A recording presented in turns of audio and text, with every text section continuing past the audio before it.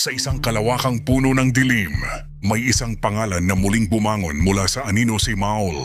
Hindi siya bayani.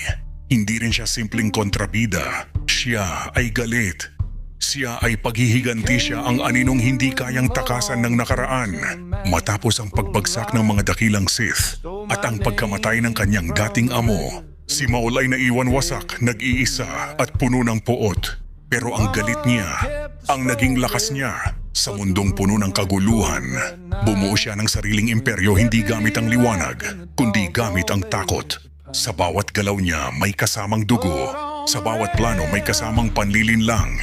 Ngunit sa likod ng kanyang malamig na mata, may sugat na hindi naghihilom. Isang nakaraan na pilit bumabalik, isang kapalaran na hindi niya matakasan. At sa kanyang pag-angat bilang Shadow Lord, unti-unting lumalapit ang mas malaking laban. Isang laban na hindi lang para sa kapangyarihan, kundi para sa kanyang pagkatao sa dulo ng lahat. Ang tanong, si Maul ba ay mananatiling halimaw ng dilim o tuluyan na siyang lalamunin ng sarili niyang galit? Ito ang kwento ng isang nilalang na hindi pinili ang liwanag, kundi piniling yakapin ang kadiliman. At sa mundong walang awa, ang anino ang siyang naghahari. Same scar